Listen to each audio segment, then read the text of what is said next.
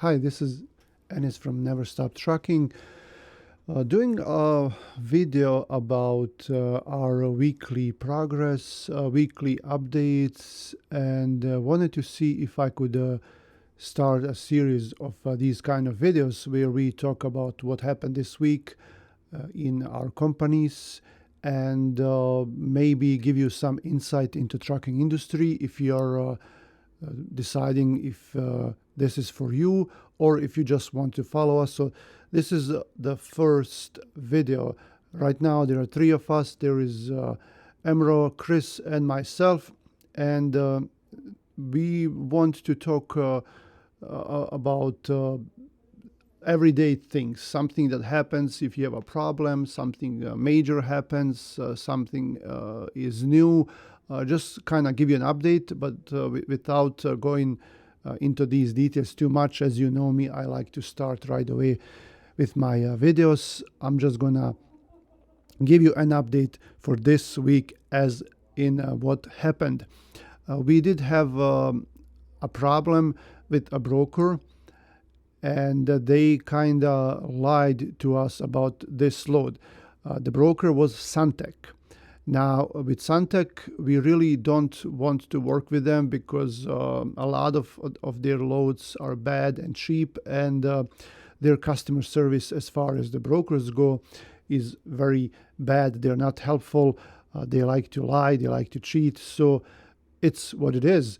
But this load was taken because there was really nothing else on the load board. The driver insisted, the owner operator, that we take it, even though he has done this load in the past, and it's not a great load. It's a bad load. We know the load, but excuse me, he still wanted to do the load because there was nothing else, and he wants to work. So the load was booked, and the driver picked it up on Wednesday, and it was supposed to be Thursday delivery. So the load was paying $16.50. It was from here, from Grand Rapids, Michigan area to Oswego, New York. So it's around 600 miles or so to there, a little bit more, maybe 620. So the load was $16.50. The driver picked it up. And the driver was loaded late. He was loaded around 4 p.m. in the afternoon. The driver picked up the load, started driving, and the driver calls me at 7:30 that same night. 7:30, he says, "Hey, the broker just called me, and this shipper is not accepting loads tomorrow. Their electrical power is out." So they don't have any electricity, and therefore I cannot deliver the load.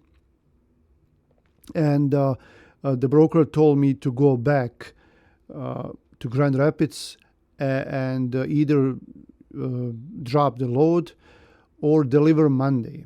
Okay. So it was 7:30, and driver already drove 220 miles. He got into Ohio.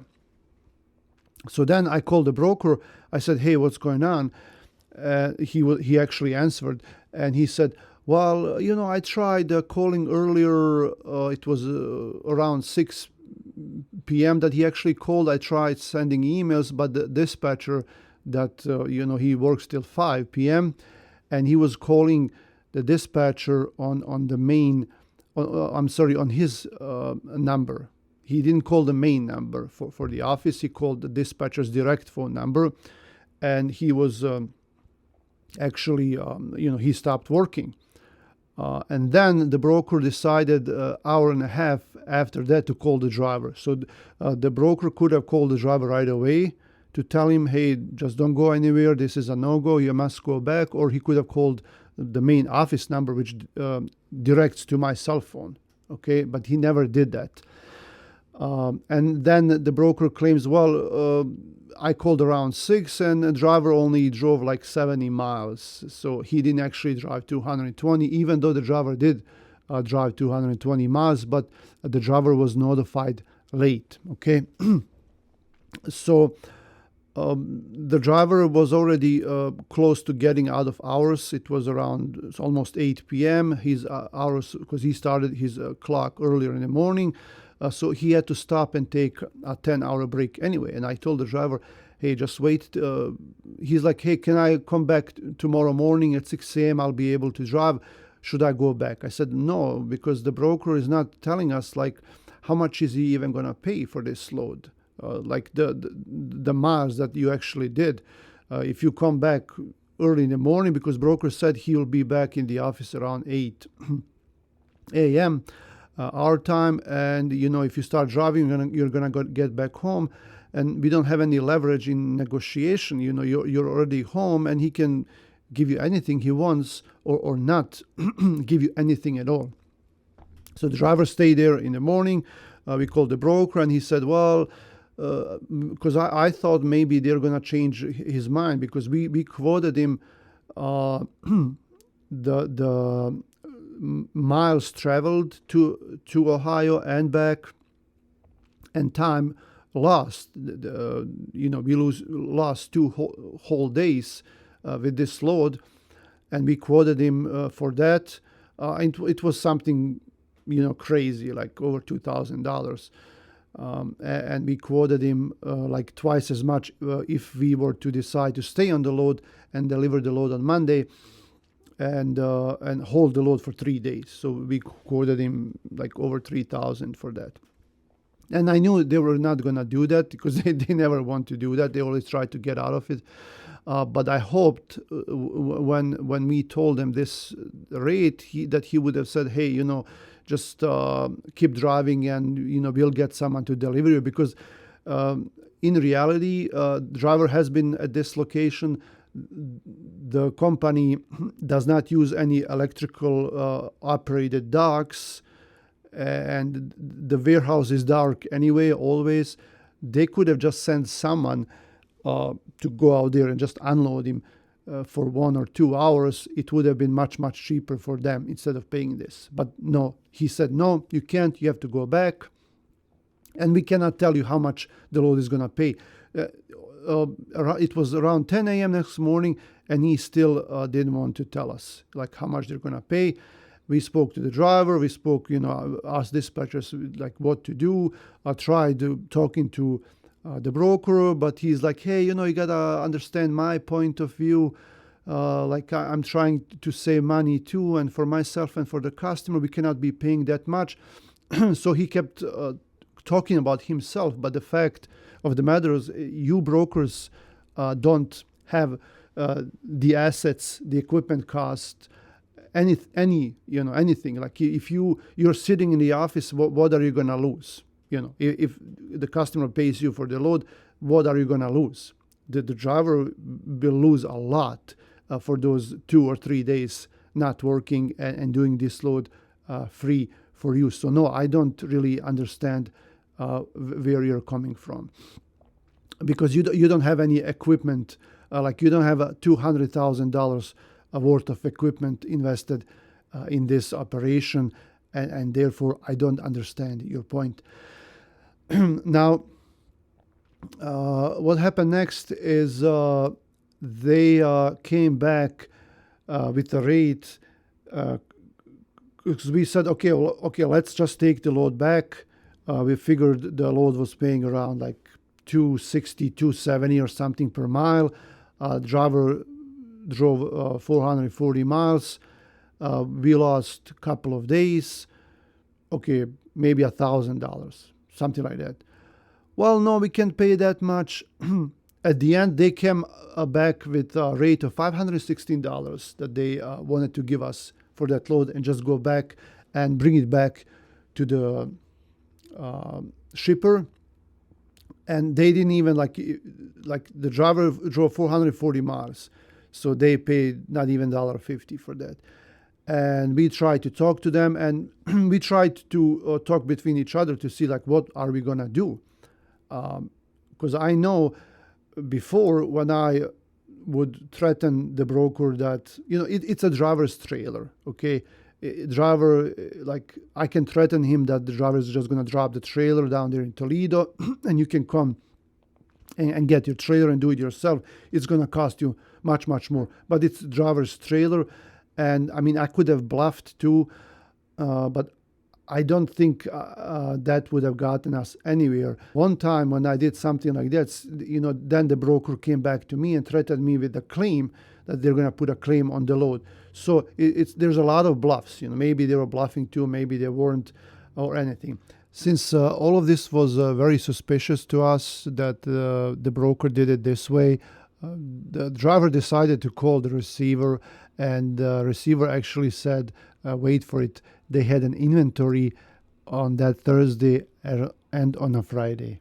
So the broker actually lied about electricity. They had an inventory going on, and I'm assuming the broker knew that, and they had a load that picked up on Wednesday and had to deliver on Monday, but they couldn't get anyone, so they lied. They waited till the driver picked up the load and started driving, and then they came back and said, hey, we just found out that they don't have any electrical power. So it was a bad excuse, it was a lie, and it was misleading, you name it. Or there was simple miscommunication between all of them, but I think they did it knowingly. What Emro and I like to do, and we agree like what to do in this situation. Okay, if the broker does really not want to pay, and you tried everything, you tried threatening, you tried talking sense into them, maybe getting to talk to a manager. If the broker really doesn't want to pay, the one thing we do is like that particular broker is dead for us. Like, okay, you did it once, and you can cheat, you can do whatever you want, you can lie, and okay, we'll take a loss because in this business it happens, but we are not going to work with you anymore. That's the only thing I can do. We're not going to work with you anymore, and you can, we can leave you a bad review. I can maybe do a video on this, but even like if we tell them like, let's email the broker or call them, and call them names, and like, where is that going to take us? Nowhere. I mean, maybe you're going to vent out a little bit, but it's not going to take you anywhere. You can leave them a review and not work with them anymore. Let me know in the comments what you would have done in this situation if they really don't want to pay. But I think for my own peace of mind, and I don't want to take too much stress in the job, and I don't think the driver should too, because sometimes you get your week is sometimes screwed over like this, and it's what it is, hopefully next week will be better, because sometimes you get stuck at delivery or something happens, broker adds another stop, and you're overweight, so things will happen. But the thing is, in these bad markets, in bad times, when we already have bad prices, you can't find a load, and you find a load that you're really not willing to do, but you have no choice, because that's like the best load that's out there, and you do the load, and this broker comes out and screws you over, and you lose half a week, and you drive for free all those miles, and then the broker has the nerve to tell me, hey, you got to understand where I'm coming from. So Santech, if you're hearing this, maybe you should try to do something different, because it's really not cool to cheat on people like that. That's the first thing. And the second thing is the driver. We had someone start, a new driver. The other day it was actually an owner-operator, a guy that owned his truck, and he had his own driver. And from the very beginning of onboarding them, it was a total mess. The communication was bad. Whenever you asked them, either the owner of the truck or the driver, for something that they have to do, because you're in the onboarding process, and they're not from here, they're 1,000 miles away from here, they're not responsive. It took them 2 weeks to complete the paperwork and set up everything, and it could have been done in half a day or less. And then the driver finally starts, and He starts on a Wednesday, and I think it was a Wednesday or Thursday, and there's really not, because he's in Georgia, there's really not, you can't really choose. It's hard to find a load that will deliver on Thursday, on Friday, and then take you somewhere over the weekend, okay? And I understand they were not working for 2 weeks because it took them that much to set everything up. But anyway, they delivered on, this guy delivered on Saturday, and there was nothing on Saturday because it was a day before Easter. Sunday was Easter, and there was really nothing, and the driver just had to stay there, and he just started, and you gotta, sometimes like you have to work with someone for a couple of weeks to know like where to send them and what they are able to do, what they're capable of, what they don't like, things like that. But it was a decent two loads that they actually did. So Saturday there was nothing, and we were looking for Monday. Then we started looking for Monday, Saturday, Sunday, and Monday. And on Monday morning, we found them a load. It was in South Carolina. We found them a load and sent it to the driver. But guess what? Driver said, hey, actually, I went back home to Georgia, like a few hundred miles. I can't remember, was it 400 miles or something like that? He went back home to Georgia, and he didn't let anyone know that he actually went back to Georgia. The whole weekend, I was watching him on his ELD, and I showed, the ELD showed that he's in South Carolina. So we all assumed he's in South Carolina, and here's a load for you. And now we have to cancel the load because you're 400 miles away, and you didn't bother to tell anyone that you were going to head there. But what bothered me is like, hey, why does his ELD show that like his location is still in South Carolina? So we called him, and we pushed him, and then he admitted that he unplugged the ELD, and he just drove home like illegally, okay, not even on the clock, not even showing anything. And then I noticed that even a Friday before that, on his previous load, he also unplugged the ELD, and it was off for 6 hours. Usually I get an email when that happens, but I had to log in, not in the, because we use Motive. You have to go to like Motives right now, very complicated with their like when you go into admin view, but you have to go to like disconnects and then see when the driver actually unhooked the ELD physically from the truck. And sure enough, in 3 days he unhooked it twice. He drove over 400 miles, and I called him on Monday and said, we have to part ways. This is not working. This is illegal. You're not safe. You're breaking the rules, and you did this. So, yeah, sorry. I was glad that we have another truck. In these times, it's tough to get someone. It was actually on my authority, but I just had to do it because this is not a safe driver, and with all the miscommunication and them not willing to do simple things that we asked them, and these disconnects, it's just not going to work. Hopefully this was interesting to you, and hopefully I can do this every week, or maybe every other week. Whenever there is something interesting, we can talk about it. Let me know what you think about these disconnects, about Santech doing that to us. This is Anis, and thanks for watching.